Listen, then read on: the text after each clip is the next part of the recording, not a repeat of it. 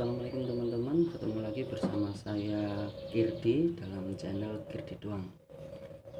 Sebelum kita membahas tentang materi dari video saya kali ini, saya harap teman-teman klik dulu subscribe agar saya lebih semangat untuk membuat video-video berikutnya, dan juga jangan lupa klik tanda lonceng agar teman-teman semua mendapatkan pemberitahuan dari video-video terbaru yang saya upload. Ya, terima kasih teman-teman. Maka kita akan bahas kali ini mengenai waktu yang tepat kapan kita mengatakan resign kepada perusahaan kita apabila kita diterima dalam CPNS tahun 2020 ini. Secara garis besar teman-teman, baik kita riset atau enggak, pasti kita akan masuk ke dalam dunia pemerintahan, dalam masuk ke keluarga besar ASN, sehingga kita akan merasa senang, bangga apabila kita segera masuk menjadi keluarga ASN. Tetapi dalam di poin persyaratan untuk menjadi ASN, maka salah satunya adalah tidak berada pada posisi CPNS atau sebagai TNI Polri, atau juga diberhentikan secara tidak hormat dari perusahaan. Maka untuk mengatasi hal itu, maka kita harus menyatakan resign secara baik-baik, sehingga di mata perusahaan kita mendapatkan nilai positif dan juga dipersilahkan secara baik-baik untuk memasuki dunia perusahaan atau memasuki dunia pemerintahan, dunia kita kerja yang baru. Ya, gini teman-teman, apabila teman-teman sudah melaksanakan SKD dan juga SKB, yang dimana di pemerintahan daerah itu SKB-nya itu hanya menggunakan cat, maka teman-teman dapat menghitung, mengkalkulasi sendiri, sehingga teman-teman dapat memutuskan ataupun menganalisa kita masuk ke dalam rankingan atau enggak, seperti video sebelumnya bisa teman-teman tonton ya. Tetapi apabila teman-teman semua itu melamar di instansi yang ada SKB-nya itu ada wawancara, maka tidak bisa dihitung secara mandiri, tetapi harus menunggu pengumuman resmi dari pemerintah. Jadi di sini nanti setelah ada pengumuman resmi dari pemerintah, maka itu ada 3 tahapan yang inti. Yang pertama itu adalah pengumuman lolos seleksi dari CPNS, kemudian waktu pemberkasan, kemudian masa aktif dari CPNS itu sendiri. Nah, apabila kita sudah menerima pengumuman, kita akan merasa bangga bisa masuk. Tetapi kita juga jangan terlena di sini, karena yang kedua adalah jadwal pemberkasan. Nah, apa yang diperlukan dalam pemberkasan nanti dapat disampaikan dalam pembekalan, atau teman-teman juga bisa melihat di video yang sudah saya upload sebelumnya, itu tentang pemberkasan, bagaimana cara-caranya, persyaratan-persyaratannya. Kemudian yang ketiga adalah waktu. Jadi waktu ini nanti kapan kita mulai aktif menjadi CPNS, SK yang tertera dalam SK kita selaku CPNS. Nah, biasanya teman-teman dari pengalaman saya itu dari pengumuman sampai pemberkasan itu bisa diberi waktu 15 hari untuk melakukan pemberkasan. Apabila belum lengkap, nanti diberi kebijakan perpanjangan 10 hari. Dalam 10 hari ini biasanya terkadang ini kan pemberkasan secara manual. Jadi di sana langsung dicek dari BKD dari instansi masing-masing. Biasanya kita beri arahan, oh ini kurang apa, nanti bisa disampaikan 10 hari terakhir. Tapi ini bervariasi ya teman-teman, jadi tidak bisa menjadi patokan. Kemudian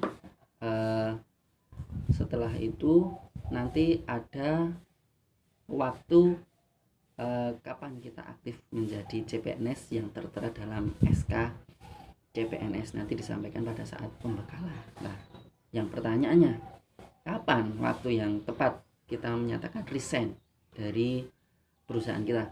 Di sini saya juga akan membagi menjadi 3 ya teman-teman. Jadi berbeda-beda kapan waktunya. Yaitu yang pertama, apabila teman-teman kerja di instansi swasta. Tuh. Yang kedua, apabila teman-teman sebagai karyawan kontrak di instansi negeri, PLU dan sebagainya.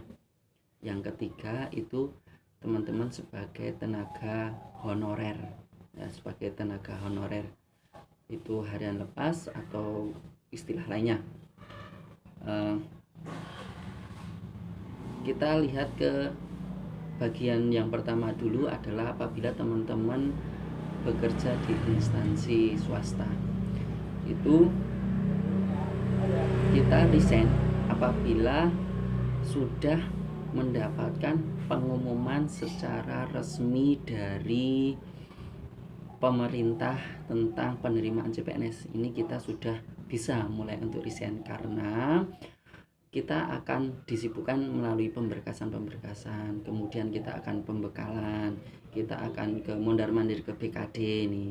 Nah, daripada nanti kita sering izin dan mendapatkan nilai yang jelek dari perusahaan, maka pada saat pengumuman resmi ini kita bisa mulai resign dan mempersiapkan segala sesuatu terkait pemberkasan. Berbeda dengan apabila teman-teman melamar ke perusahaan lainnya sama-sama swasta, mesti itu alasannya, oh saya mau pulang kampung, keluarga saya ada yang sakit, saya harus keluar dulu. Tetapi apabila teman-teman masuk ke dunia pemerintahan, alasannya jujur saja, saya insya Allah keterima menjadi CPNS tahun ini dan doakan saya amanah dan sebagainya. Nah, di situ teman-teman akan mendapatkan nilai positif dari perusahaan, dan insya Allah ucapan selamat itu akan mengalir dari teman-teman dan juga pimpinan teman-teman semua. Karena ini merupakan suatu kebanggaan tersendiri apabila masuk menjadi keluarga besar di pemerintahan. Beda dengan di perusahaan lain, mungkin kita alibi lah, alasannya alibi. Alibi, dan apabila kita ketahui di perusahaan lain, biasanya nanti akan mendapat nilai yang jelek. Tapi masuk ke dalam pemerintahan, jujur aja, saya diterima di pemerintahan, di dinas ini, insya Allah itu nanti teman-teman akan dapatkan nilai positif, dan nanti surat pemberhentiannya juga akan keluar, bisa untuk kepengurusan Jamsostek ataupun dan lain-lain. Yang kedua, apabila teman-teman pegawai kontrak, begitu ada pengumuman CPNS jedet gitu, nanti biasanya akan dipanggil oleh HRD-nya atau bagian kepegawaiannya, diberikan ucapan selamat dan sebagainya. Nah, karena di dunia pemerintahan sebagai pegawai kontrak ini, perusahaan itu atau instansi ini menjembatani dari kontrak ke CPNS. Jadi ini dijembatani, diberi kesempatan, diberi waktu yang fleksibel untuk belajar, untuk melamar di sana dan di sana, karena diarahkan untuk bisa seyogyanya mendapatkan NIP dari usaha. Nah, ini dari benar. Ini ada nanti akan diberhentikan setelah mendapatkan pengumuman itu.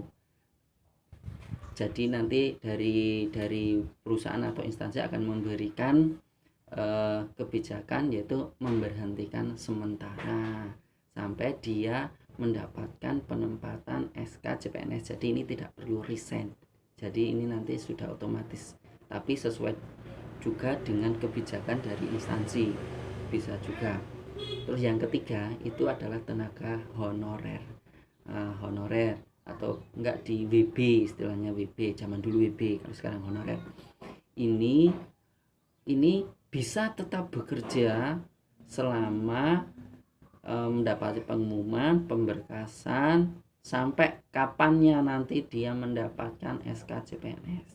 Jadi ini juga tidak perlu resign ya, jadi tidak perlu resign. Jadi sini begitu ada pengumuman pegawai kontrak ini nanti juga akan dipanggil ke sini oleh HRD-nya, akan tetapi dia tidak disalahkan dan sebagainya, tetapi dia juga akan diberi ucapan selamat karena sudah berhasil, karena ini juga diberi kesempatan untuk mendapatkan NIP, waktu untuk belajar dan sebagainya.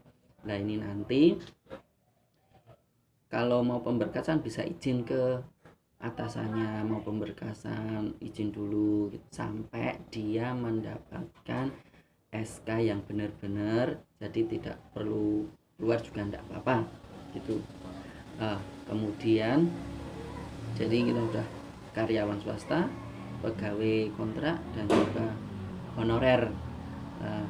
Jadi di sini teman-teman, saya ucapkan selamat bagi teman-teman semua yang sudah mendapatkan nilai SKB dan juga SKD yang tinggi. Semoga teman-teman semua lolos dalam pemberkasan, lancar dalam pemberkasan.